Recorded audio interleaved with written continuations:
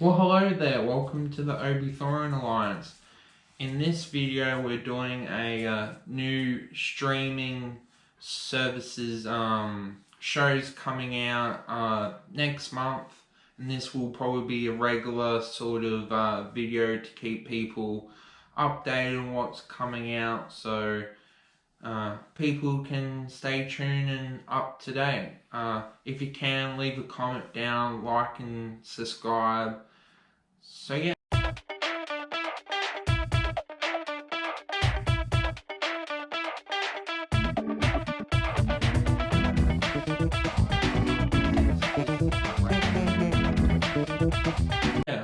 And joining with this discussion is Luke. Hey. And we're looking at, so we do this on a monthly basis, and because there is so many new things that come out that it's hard to keep track. Well, quite often you tell me when things are coming out, and I'm always like, oh, it'd be nice to know. So I'm sure there's other people out there that would like to know what is coming out. So each month we'll pick a couple of things on each streaming service that we're looking forward to. Some might be brand new series or movies. Some might be things that have already been released that have now been added to different streaming services. So it'll just be things we're excited about. So, so let's start with Apple TV in alphabetical order. What's coming out on Apple TV next month? Ted Lasso season 2. So, guess it'll be interesting to see what events will happen. But yeah, season 1 was pretty good. Yeah, it was a show we both watched and liked. Did we do a review on it? No, not yet. Not yet, but it was a good Apple original series. It was a show we did recommend in a recent video, though. Yeah. It's, for the life of me, I forget the name of the main character. Jason Sinkiski or something? Yeah, something like, yeah. I knew his first name was Jason, can't think of his last name. But he's famous from being in Horrible Bosses 1 and 2. He's also in a few episodes of Always Sunny in Philadelphia. Very funny comedian. So season 2 of that will be quite good. For those that haven't seen Ted Lasso, it follows an NFL college coach who gets recruited to coach soccer in the English Premier League. So it's funny. It's a really funny show. He's just a positive human being. He's just brings heart to your soul. Yeah, very good show. I don't know if there was anything else on Apple TV. I didn't write down anything else that was exciting. There's a few shows coming, but they're the next month. August has a few more things coming out on Apple TV. Netflix has quite a few things. One of the shows you were excited about is Atypical. Yeah. Yeah. What's unique about this season of Atypical? Well, it's the final season, so we won't get any more seasons. So basically at this point with Atypical, the main character Sam is in college and is on the spectrum, so it'll be interesting to see how they'll wrap it up. Will they give him the perfect happy ending or wait and see? And yeah, it's been a pretty good show with its 3 seasons, and I guess 4 is a good number to end it. Yeah, it's something I think 4 is a good number. I don't think it was going to continue on forever. It's not a sitcom. I think it's a show that was created to bring awareness to the world of what life is like for someone on the spectrum, and particularly finding love. That's not the main thing of the show, but that's the premise of the first season, that he wants to start dating. I think it portrays what life is like for someone on the spectrum pretty well. The actor himself, not being on the spectrum, does a really good job. I think it's really bingeable. Like, I know I watched maybe the first 2 seasons in a night, and then the 3rd season came out and I watched that in a night too, and I'll probably do the same for this one. Yeah. They're generally short episodes. Probably be worth doing a review when the last season comes out. Yeah. But I think it's one of the best shows I've ever seen. I think the fact that it sums up life of someone with a disability so well, I think everyone should watch it. It changes your perspective of what it's like for someone on the spectrum. Yeah, and it's interesting. It's a different hobby or different thing that he likes. Like I don't really know anyone that likes penguins. Normally people on the spectrum like cars or sports or thing. It's a really unique thing that they chose for him to, his niche for him to like. Yeah. I just think it's overall a great show. It's not really full of drama. It's just, you know, you just get to see what life's like for someone like that. And I think it's good. I think they do a good job. What else we got? I was looking through and saw a show. I thought it was brand new, but apparently there's 2 seasons of it, and it's coming to Netflix, called LA's Finest. This show is meant to be a spin-off of Bad Boys, which were a very successful, good movie franchise, so maybe this show's worth a watch. We recently discovered that it only had 2 seasons, so it's coming to Netflix, but it's done for unless Netflix decide to redo it. But I guess the main appeal of it, it's a buddy cop with show 2 female. with 2 female characters, which they happen to pick Jessica Alba and Gabrielle Union, which are like 2 of the best looking female actresses from. Oh, they're not old, but they're not the current ones that everyone's talking about. They're probably from like 5 to 10 years ago. But they've chucked them in, so I think even from watching the first trailer, they tried to show them all sexy in lingerie. Yeah. So it was really trying to play on their looks opposed to the writing of the show, or actually how interesting the show is. Yeah, I think it would have been better to maybe focus on the writing more than. The show isn't reviewed that well, but I still think I'll give it a look just because I like the Bad Boys franchise, so see what it's like. Another show I saw in there that was interesting was Fear Street. So it seemed like, I wasn't sure if it was a TV series, but it's apparently 3 movies, part 1, 2, and 3, that all get released a week apart, but each movie's an hour 50. And then we did some more research and found out that it was based upon a book series called Fear Street, and it surrounds 3 different periods in time over 20 odd years where mysterious murders happen in this particular town, and this follows the timeline of things that happen. Guessing by just the names of them, it must have something to do with something that happened well back, because I think the first one's called Fear Street 1970 something, and the next one's 1980, and then the last one's like 1663. So I'm guessing it must show what happened back in time, or there's some long origin story to the mysteries that are happening in Fear Street. But I like the idea of the concept. It's a Netflix original and it's adapted from apparently popular books. Is that something that you watch? Yeah, is it with English actors, I wonder? Yeah, it looks like it's set in America as like a cast of youthful American actors and actresses. So yeah, it's an interesting concept. It's interesting that they're taking the route of making it a trilogy and not like 3 seasons. Yeah, I just think it's interesting to bring out a trilogy of something a week apart. Like, not just bring out the first one and wait a year. Like, they're all coming out 1 week apart. So I don't know, it's something different. So I'm looking forward to seeing it. The first one might be horrible and I may not persist, but new to Netflix original, see what it's like. I do quite like horror films. I'm not a massive horror film buff, but I do watch them. So see how it goes. And do you think you'll watch the first one and wait for them to come out, or watch them when they're all out? If they come out a week apart, maybe it might become a weekend thing for 3 weekends in a row. Like maybe on a Saturday night or something, sit down and watch a movie. I have been waiting for new movies to come out. I've been very much saturated by TV shows. There hasn't been a lot of movies coming out on... Oh, there's been movies coming out on Netflix and stuff, but they're not new movies. And the cinemas have been pretty bare in recent COVID times. So... Yeah, I've quite often been looking for a new movie to see. Not something I've seen before and want to rewatch, like something brand new. So this might just fill that gap for a bit.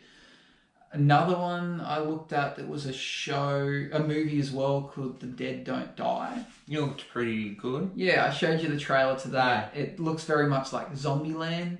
It follows Adam Driver, who plays Kylo Ren in the more recent Star Wars movies. And he's a cop and teams up with Bill Murray, who was also in Zombieland. That's what makes it really feel Zombieland-ish. I thought this was a new movie, but again, it wasn't. It's something that's been released before and it's now coming to Netflix.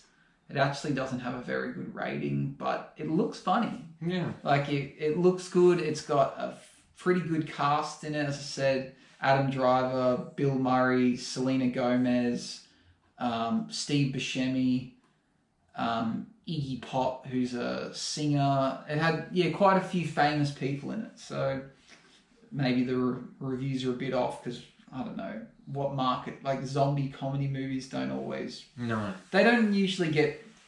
They're not that popular, but it doesn't mean they're not good.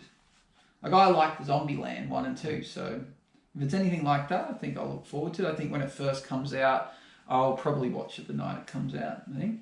Yeah. Do you think the movie will kind of focus more on the action and story, or do you think we'll find out how the virus started, or it didn't really seem to go on? It didn't indicate in the trailer. I don't think it's going to focus on the action because it seems like it's more meant to be funny action, like the kind of thing like they'll stab a zombie but they'll fight it in a funny way opposed to like fully decapitating it, or like one of the characters we see, I think it was Tilda Swinton's using like a katana.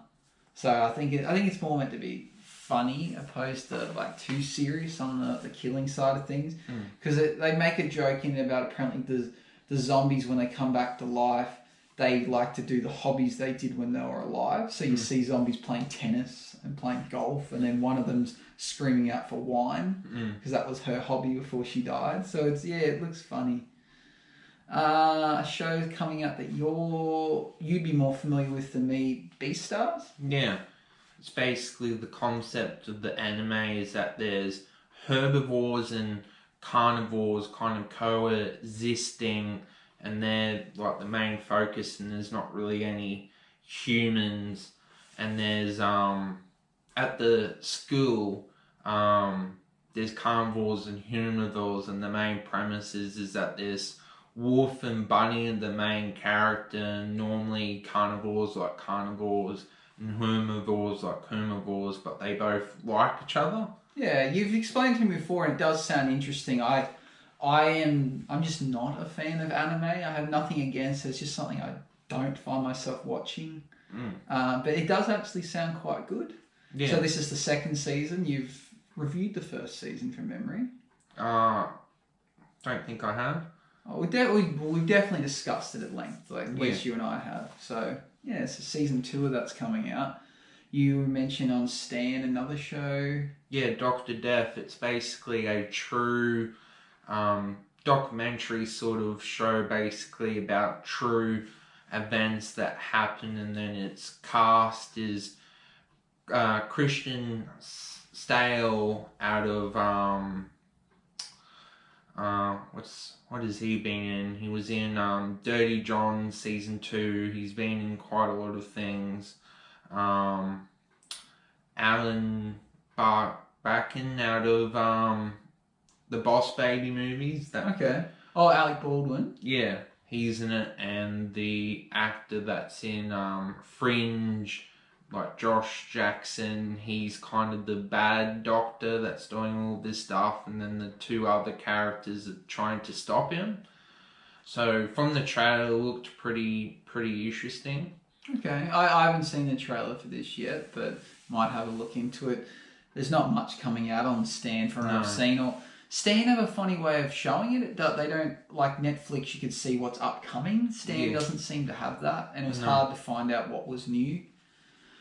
Disney Plus, on the other hand, have lots of things coming out, and again, proving that they're slowly becoming the best streaming service with just new content constantly. So one of the things that's coming out, they spoke about it a while back, but I didn't realise it was coming out so soon, as Monsters at Work. Yeah. So, well, what do you know about Monsters at Work? From the trailer, it seems to be they're changing their mindset of scaring people and kind of being nicer and things like that. Yeah, so Monsters at Work is going to be. I'm excited about it because it follows on from Monsters Inc. Was there two? No, there's one Monsters Inc. movie, and then there's Monsters University, which was like a prequel. And like Monsters Inc. was right in my childhood when that came out, it was a good movie. And then Monsters University was kind of that nostalgia thing where people my age and Jacob's age would have re-liked it and relived the memories, and now they're bringing out a show, which it's revealed in the trailer that Mike and Sully from the original movies are in it, which is awesome because I didn't know if that was going to be the case or it was just going to be monsters set in a similar world. So they're in it again, voiced by the same people. So as I said, at the end of the Monsters Inc. movies, they discover that scaring's not the best way to get energy, laughter is. So this then follows a world where they're using laughter, and then there's I guess it's the main character that gets introduced to someone new who is a scarer, but then has to readjust to the world of laughter because he's not funny. Yeah. And he gets put in a department where they do like the repairs and maintenance on the machine, so it's going to follow him. So it's going to be cool. I'm really looking forward to it.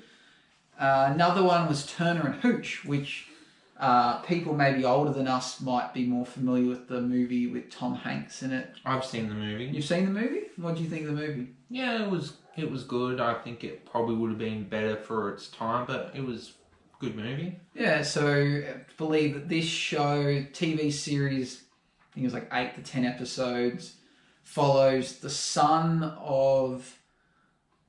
It was unclear through the trailer, but through reading more, people believe that it's the son of Tom Hanks' character. He is also now a police officer. Yeah. His dad has passed away in mysterious circumstances, and his dad, before he died, adopted a dog who we believe reminded him of the original Hooch, same breed of dog, and he said it was so similar and uncanny, and his gift to his son was leaving him the dog, and then just like his dad, the dog then helps him through his investigations and do his police work, and they have their drama where the dog does its dog things and creates issues, but then he also then solves mysteries, and it looks somewhat funny. It has Josh, who I was trying to think is from a show called Drake and Josh, which used to be on, I think it was Nickelodeon, could have been Disney. Probably Disney, because it's a Disney Plus show. He now is reappearing in that. He's a lot older, a lot skinnier than he used to be. And yeah, so we're seeing him again in a role. It looks funny. It looks like it's going to be a feel-good family show, I guess. So yeah, it's exciting. I do like Disney's idea of nostalgia, or re-bringing back things. They're really working out. That's what people like. It's a clever way to do things. They did it with the Mighty Ducks. They're doing it with Monsters Inc. Just re-bring back. People want to see stuff they already know redone. It's easier than writing a whole new script sometimes. So it's a creative way to do things. Yeah. So I'm looking forward to that. What else? We've got Black Widow is probably the biggest release of next month. It's going to be in cinemas and on Disney Plus for the IMAX. Yeah, for the outrageous price of $30. $35. Yeah, US or Australian. Might be $30 US, $35 Australian. But I guess you can then continue to watch it ongoing, and you can bring all your mates over and watch it for one single price. Yeah.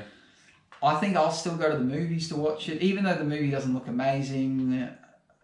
I like going to the movies, and a big Marvel movie deserves the movies, I guess. So I think I'll pay my money and go to the movies instead. It'll be good to finally actually see in the movies.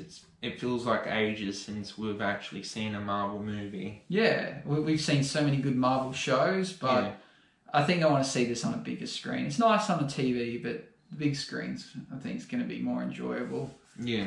What else we got on Disney? We've got the Mysterious Benedict Society, which it said it was coming out next month, but already 2 episodes have been released. Yeah. I liked it so far, so I originally, when we planned this video, I was going to talk about looking forward to it, but now I've seen it. It's actually alright. It really reminds me of Charlie and the Chocolate Factory for some reason. There really has a vibe for that. It's kind of, it feels like it's set in England, but they've kind of got American accents, and the kids are orphans, but they all have their own little, some are bratty, some have different skills, and they go through this selection process to get into this exclusive like group. Yeah, from the trailer. Yeah, so it did really feel like Charlie and the Chocolate Factory in many ways. And the main actor plays the mentor, the heroes, and also the villain. Yeah, so he supposedly has a twin brother. Yeah. Through the 1.5 episodes I've watched so far, that hasn't been mentioned. You only know of it from the trailer. Okay. But it's different. It's a different concept. I'm liking it so far. Yeah, it seems good. It's based upon successful books, I believe. It shows the kids with their different ways of thinking. And there's ones that are greedy, that miss out, or they do something wrong and they get kicked out of the group, and it leaves just the core smart kids that want to do the right thing. I think the show's message is going to be about, I don't know, building mass hysteria and how the world reacts to things, because they keep referring to things as being the emergency. Okay. So people are afraid of this thing called the emergency, and there's all these conversations by like people in passing. They're like, oh, I feel really depressed today and I feel like something bad's going to happen. And like, oh, that's because of the emergency, and they just keep referring to things as the emergency.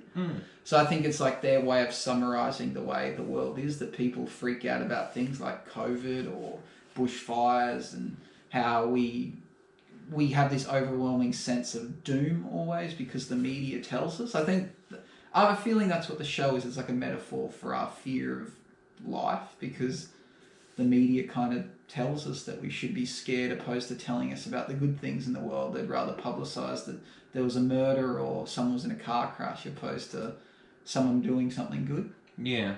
So I think that's what they're playing on in this show, but I'll know more. And then we've got, that's it. That's what I saw that was new. There was plenty of other things. Rambo 8 was coming out, or Rambo Final Blood, I don't know if it's the 8th one, was on Netflix. I think you said you've already seen it? Yeah. Yeah, I thought it was new. I didn't realise. I was like, I bought out an original Rambo, but no, it's something that's been seen before. Lots of new things. Stan has the least new things. Disney Plus has the most exciting new things. What show are you looking forward to most next month? Or movie? Probably Atypical and the Benedict Association and Black Widow. I think you'll like the Mysterious Benedict Society. Yeah. It's very different. Black Widow has to go to the top of the list, I guess, because it's been built up. Will it be the best thing we see that month? Probably not. I think Atypical is going to be the best thing that's going to be released next month. But I guess I'm looking forward to Black Widow because it's been built up. But I really want to see Monsters at Work. I think that's up there too. So I think it's going to be a good month. Yeah. And I guess out of all the shows, got a lot of content to watch, and kind of, I don't know, if you had to choose between, a couple of them, which one, selection-wise, what would you kind of, helping out the audience, how would you kind of select? Which ones they should definitely watch? Yeah. I think get stuck into Atypical, so maybe watch the first 3 seasons now. Yeah. So you can look forward to it coming out, depending on your age bracket. Ted Lasso? Yeah, Ted Lasso as well, and depending on your age bracket, maybe give Monsters at Work a go. Mysterious Benedict Society, it depends what you're into. It also gave me a big feel that it was like the Umbrella Academy, even though I haven't seen it. From what I've been told, from the trailer, it definitely. From what I've been told, they seem similar in a way, ignoring the superpowers. Instead, these people have intelligence, smart. Yeah, so give Atypical a watch, and I think people are going to watch Black Widow anyway. Yeah, I think that's going to be definitely watched. Hopefully, it's good. The trailer doesn't give you much hope, but we love Marvel, so I'm sure it'll be fine. But hopefully it surprises and it could be the best Marvel movie of all. Who knows? I think we have such high expectations with Loki and Falcon the Winter Soldier in WandaVision that it's now got a lot to live up to. Yeah, and they're pretty good shows. Yeah. Yeah. I guess shows that I would probably recommend would be definitely Atypical and yeah, I guess Ben. I haven't really seen Benedict, the Social Society. So I guess Atypical and probably Ted Lasso. Yeah. So they're two shows you've seen in the past and know should be good, and then you say like the Mysterious Benedict Society, something you're looking forward to but you don't know what to expect. Yeah. Cool. Well, thank you for watching. Thank you for your thoughts, Luke. Hope you enjoyed the video. See you again next month when we recommend new shows. Take care, stay safe, let the force be with you. Bye bye.